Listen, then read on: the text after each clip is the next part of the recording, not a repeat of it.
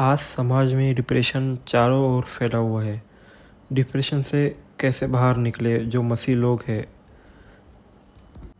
बहुत सारे लोग डिप्रेशन से ग्रस्त हैं। तो जो लोग डिप्रेशन से पीड़ित है उनको कई प्रकार के अनुभव होते हैं, जैसे बहुत गहरा दुख या क्रोध, निराशा, थकावट इत्यादि। उन्हें लगने लगता है कि अब ये किसी काम के नहीं है या उनके समस्या का कोई समाधान नहीं है। ऐसे लोग इंटरेस्ट खो देते हैं कुछ चीज़ों में, डेली मर्रा की जो चीज़ें करते हैं वो लोग, और अपने प्रियजनों से वो दूर चले जाते हैं एकदम। क्या डिप्रेशन पाप है? नहीं, डिप्रेशन अपने आप में पाप नहीं है, लेकिन डिप्रेशन की वजह से कई पाप हो सकते हैं हमसे, जैसे आत्महत्या, हिंसा, नशा, व्यभिचार, तलाक इत्यादि। अब डिप्रेशन तो मसीहियों को भी होता है और सांसारिक लोगों को भी होता है। फिर भी जो क्रिश्चियन लोग हैं उनके लिए जो मैं अभी बता रहा हूँ संदेश, और ये जो क्रिश्चियन लोगों पे भी लागू होता है, और सांसारिक जो लोग हैं, अन्य जाति के लोग हैं, उन पे भी ये लागू होता है। अब भले डिप्रेशन के जो सिम्टम्स है वो सेम है एक क्रिश्चियन के लिए और बाकी लोगों के लिए, पर डिप्रेशन से निकलने के रास्ते अलग अलग है, एक क्रिश्चियन के लिए और अन्य जाति के लोगों के लिए। कैसे, वो अब मैं इस संदेश में समझाऊंगा। सबसे पहले तो डिप्रेशन ये शब्द का अर्थ क्या है। इसका अर्थ है निराशा, उदासी, बेदिली, मतलब ऐसे जो शब्द है इसे हम डिप्रेशन कहते हैं नॉर्मल लैंग्वेज में। अब हम इंग्लिश में अगर डिप्रेशन का मीनिंग देखेंगे तो उसे कहते हैं कि एक गड्ढा, मतलब एक सीधी लाइन जा रही है और एक डिप आता है और उसके बाद फिर से ऊपर आता है वो लाइन, उसे हम डिप्रेशन कहते हैं नॉर्मल लैंग्वेज में। मतलब एग्जांपल देता हूँ मैं, अगर आपकी गाड़ी हाईवे पे जा रही हो और बीच में एक गड्ढा आ जाता है और गाड़ी बाउंस हो जाती है उस पर, उसे हम डिप्रेशन कहते हैं नॉर्मल लैंग्वेज में। ऐसा ही कुछ हमारे जीवन में होता है, जब सब कुछ एकदम सही चल रहा है और बीच में ही एकदम अचानक से हम दुखी हो जाते हैं, निराश हो जाते हैं कुछ कारण की वजह से। कभी कभी डिप्रेशन एक मेडिकल और क्लिनिकल कंडीशन भी होती है। डिप्रेशन मेडिकल कंडीशन मतलब किसी रोगी को डॉक्टर की मदद लेनी पड़ती है इसमें, डिप्रेशन में।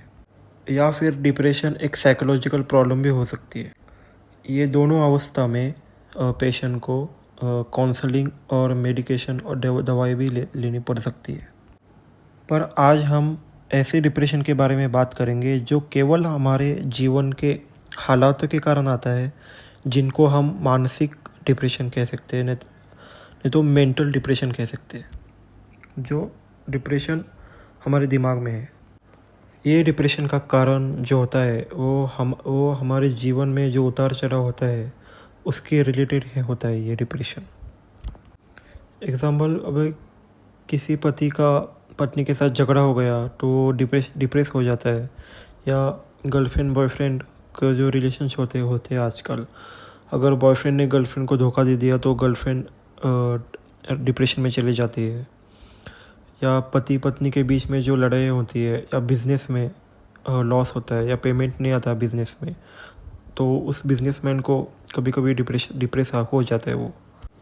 या किसी की नौकरी चली जाना, किसी को गवर्नमेंट जॉब नहीं लगना, या किसी की बहुत एक गहरे दोस्त की मृत्यु हो जाना। मतलब ऐसे बहुत सारे जो संसार में जो कारण होते हैं डिप्रेशन के, उसकी वजह से हम दुखी होते हैं, निराश होते हैं, उसकी वजह से हमारे जीवन में उतार चढ़ाव होने शुरू हो जाते हैं, उसे हम डिप्रेशन कहते हैं। इन कारणों की वजह से एक अन्य जाति का आदमी और क्रिश्चियन दोनों ही डिप्रेशन में चले जाते हैं, चाहे वो किसी भी धर्म का हो। कारण होते हैं कुछ आर्थिक हानि, संबंधों में दरार, पति या पत्नी द्वारा व्यभिचार, अडल्ट्री या किसी से धोखा खाना, कर्ज बढ़ जाना, शादी ना होना, बच्चे ना होना, ऑफिस में बॉस का दबाव, पति या पत्नी के ताने इत्यादि। कुल मिलाकर अगर ये कहे तो अगर एक मनुष्य का जीवन उसके अनुसार नहीं चल रहा है तो वो डिप्रेस हो जाता है। दूसरे शब्दों में, अगर एक मनुष्य की इच्छाएं पूरी ना हो रही हो या हालात उसके काबू में ना हो तो उस मनुष्य को डिप्रेशन हो सकता है। मनुष्य अपना जीवन कैलकुलेशन पे जीता है, मतलब अगर ये हो जाएगा तो मैं ये कर लूँगा, अगर ये पेमेंट आ जाएगी तो मैं ये गाड़ी ख़रीद लूँगा, अगर वहाँ से पैसा मिल जाए तो मैं अपना कर्ज़ा या लोन चुका दूँगा, या मेरा बिज़नेस अच्छा चल जाए तो मैं अपना खुद का घर बांध दूँगा। जब हालात बिगड़ जाते हैं अचानक और उसकी इच्छा पूरी नहीं हो पाती तो वो आदमी डिप्रेस हो जाता है। वो ज़िंदगी को एक हाथ से पकड़ने की कोशिश करता है और दूसरे हाथ से वो ज़िंदगी निकल जाती है। और समाज भी ऐसा हो गया है कि रिश्तों का भी कुछ पता नहीं है, कब कौन सा रिश्ता बन जाए और कब कौन सा रिश्ता टूट जाए। आजकल बहुत जल्दी जल्दी रिश्ते बनते हैं और टूट जाते हैं। हमें नौकरी का भी पता नहीं होता है कि कब चली जाए। तो ये सब कारणों की वजह से एक सांसारिक मनुष्य के चेहरे पे हमेशा एक टेंशन होता है, एक उदासी होती है और एक निराशा दिखाई देती है, क्योंकि वो मनुष्य बहुत असुरक्षित महसूस करता है खुद को। ज़रा सी बात पे तलाक हो जाते हैं, सड़क पे दुर्घटना हुई तो मारपीट हो जाती है। अब डिप्रेशन थोड़े समय के लिए भी हो सकता है और लंबे समय के लिए भी हो सकता है। तो डिप्रेशन का समाधान क्या है? कुछ लोग जो डिप्रेशन में चले जाते हैं ना, तो उनको उनके फैमिली मेम्बर्स या दोस्त बाहर निकालने के लिए डिप्रेशन से बहुत कोशिश करते हैं और वो कभी कभी बाहर भी निकल जाते हैं डिप्रेशन से, वो जो आदमी है। क्योंकि जो तरीके वो लोग अपनाते हैं, उनके फ्रेंड्स या रिलेटिव्स, वो कुछ सांसारिक तरीके होते हैं उनको डिप्रेशन से बाहर निकालने के लिए।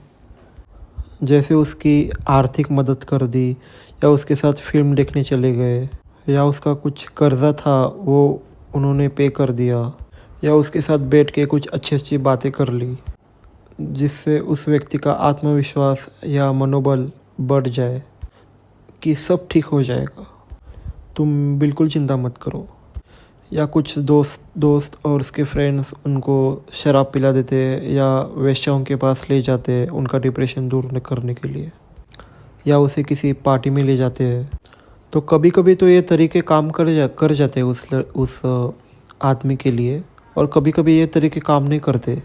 फिर भी ये कोई परमानेंट इलाज नहीं है डिप्रेशन का। बहुत संभव है कि कुछ समय बाद डिप्रेशन फिर से वापस आ जाएगा उसको। पर जब हम बात करते हैं मसीह लोगों की, उनके लिए डिप्रेशन का अर्थ कुछ बदल जाता है।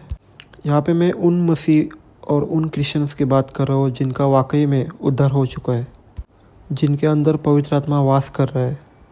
मैं उन दिखावे के क्रिश्चियंस के बारे में बात नहीं कर रहा हूँ जो चर्च तो जाते हैं पर उनका अभी तक उद्धार नहीं हुआ और वो संसार में ही डूबे हुए हैं। मैं उनकी बात नहीं कर रहा हूँ। एक सच्चा मसीही जब डिप्रेस होता है तो क्यों होता है? इसलिए नहीं कि उस पर हालातों का दबाव होता है, बल्कि इसलिए कि वो पवित्र आत्मा के सामर्थ्य और वचन के आधार पर चलने की बजाय हालातों के नीचे दबना स्वीकार कर लेता है, इसलिए वो डिप्रेस हो जाता है। एक सच्चा मसीह जिसका उद्धार हो चुका है, मतलब उसके पास डिप्रेशन से लड़ने के हथियार तो है, लेकिन वो उसका इस्तेमाल नहीं करता, और उसका मुख्य कारण होता है यीशु पर विश्वास की कमी। उस मसीह को लगता है कि यीशु ने जो हथियार उसको दिया है डिप्रेशन से लड़ने के लिए, वो शायद काम नहीं करेंगे। अगर किसी मसीह की नौकरी चली जाती है फॉर एग्ज़ाम्पल, और वो तनाव में आ जाता है और डिप्रेस हो जाता है, और वो सोचने लगता है कि मैं अब मेरे परिवार का पेट कैसे पालूंगा, बच्चों की फ़ीस कैसे दूंगा, तो ये सब सारी चीज़ें उसके दिमाग में चलने लगती है। ये सब चीज़ें उसके दिमाग में चलती रहती है। पर एक वास्तव में एक मसीह को जिसका उद्धार हो चुका है, उसको करना क्या चाहिए जब ये हालात उस पर आ जाते हैं या कोई डिप्रेशन उस पर आ जाता है? उसको सबसे पहले तो बाइबल पढ़ना है और वचन में जाना है, और यीशु ने जो समझाया है वचन में, जैसे इब्रानियों 13:5 में यीशु कहता है, मैं तुझे कभी ना छोड़ूंगा और ना कभी तुझे त्यागूंगा। 1 कुरिन्थियों 10:13 में भी लिखा है, तुम किसी ऐसी परीक्षा में नहीं पड़े जो मनुष्य के सहने से बाहर है, और परमेश्वर सच्चा है, वह तुम्हें सामर्थ्य से बाहर परीक्षा में न पड़ने देगा, वरना परीक्षा के साथ निकास भी करेगा कि तुम सह सको। रोमियो का 8:28 कहता है, और हम जानते हैं कि जो लोग परमेश्वर से प्रेम रखते हैं उनके लिए सब बातें मिलकर भलाई के लिए ही उत्पन्न करती है। मतलब जो कुछ भी परिस्थितियाँ आज आप पे आई है सब कुछ यीशु के नियंत्रण में है और यीशु आपको उनसे निकालने में सामर्थ्य योग्य है। तो यीशु का पवित्र आत्मा उसे समझाता है कि उसे डरने की बिल्कुल ज़रूरत नहीं है। स्वयं यीशु का पवित्र आत्मा उसमें वास करता है। नीति वचन 12:25 कहता है, उदास मन दब जाता है परंतु भली बात से वह आनंदित हो जाता है। यीशु का पवित्र पुस्तक बाइबल हमें सहानुभूति और एक धैर्य देते हैं, पर संसार के जो बातें हैं उनसे डिप्रेशन चला भी जाएगा पर वो फिर से वापस आ सकता है। पर परमेश्वर का वचन जीवन भर के लिए उस मसीह में काम करेगा। वो वचन अगर वो मसीह वचन और बाइबल को सीने से लगाए रखेगा और उस पर विश्वास करेगा और बाइबल के आधार पे अगर वो जिए तो वो डिप्रेशन से हमेशा के लिए दूर रह सकता है।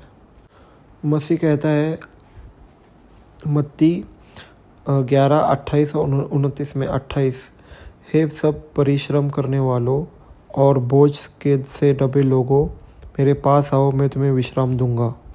29 में लिखा है, मेरा जुआ अपने ऊपर उठा लो और मुझसे सीखो, क्योंकि मैंने नम्र और मन में दीन हूँ और तुम अपने मन में विश्राम पाओगे। जब आप ये वचन पढ़ोगे तो डिप्रेशन अपने आप चला जाएगा। हम जिस संसार में रहते हैं वो पाप और लालच से भरा हुआ है। खुद हमारे अंदर भी पाप, स्वार्थ और लालच भरा हुआ है और दूसरी बहुत सारी कमियां भी है हम में। और हम सांसारिक जीवन जीने लगते हैं जब हम मसीह होकर भी और शरीर की अभिलाषा को पूरा करने में लग जाते हैं। फिर हम सोचते हैं कि हमारे हालत हमारे काबू में नहीं है, हमारी इच्छाएं पूरी नहीं हो रही है, तो हम डिप्रेस हो जाते हैं। अब एक अविश्वासी अगर उसको अपना काम कराना है तो वो उल्टे सीधे काम कर सकता है। मतलब वो रिश्वत दे के अपना काम करा सकता है। उसे किसी से झूठ बोलना है तो आसानी से बोल देता है। अब मैं ये नहीं कह रहा कि ऐसा कदम करने से उस अविश्वासी के जीवन में शांति आ जाएगी, पर एक मसीह को कोई भी गलत काम करने में हिचकिचाहट होती है, क्योंकि उस मसीह के अंदर बिठा हुआ पवित्र आत्मा उसे गलत काम करने से हमेशा रोकता है और तब वो मसीही डिप्रेस होने लगता है। तो अब मैं क्या करूँ, कहाँ जाऊँ अपनी समस्या को लेकर। तब हमें क्या करना चाहिए कि हमें प्रार्थना में यीशु के पास जाना चाहिए, पवित्र आत्मा की आवाज़ सुननी चाहिए और वचन क्या करता है बाइबल में वो हमें पढ़ना चाहिए। एक मसीह को हमेशा कुछ बातें याद होनी चाहिए कि उसका उद्धार हो चुका है और ये जो उसके साथ अभी हो रहा है इस धरती पे वो क्षण भर के लिए, मतलब कुछ टाइम के लिए है वो, क्योंकि उसका उद्धार हो चुका है और वो मरने के बाद स्वर्ग ही जाने वाला है।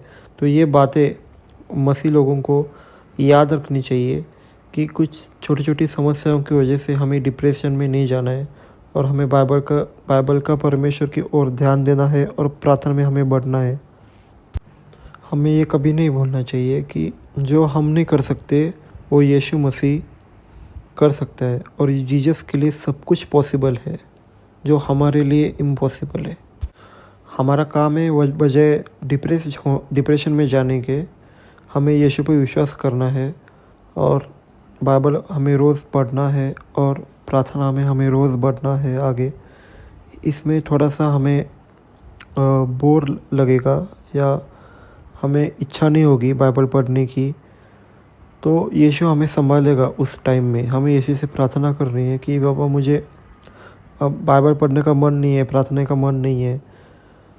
हमें यीशु से सब कुछ बात करनी है, जैसे वो एक हमारा दोस्त है। हमें जीसस से सब कुछ शेयर करना चाहिए।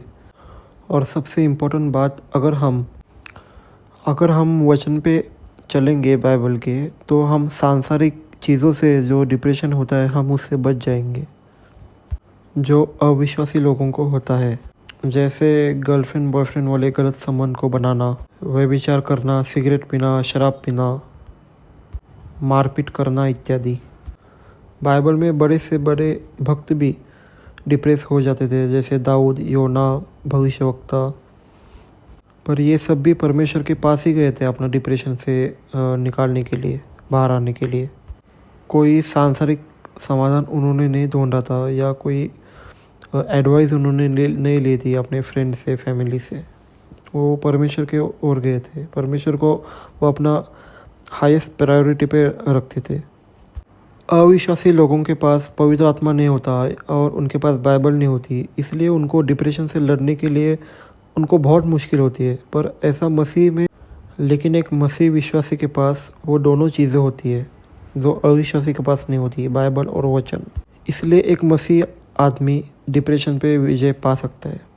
आमीन।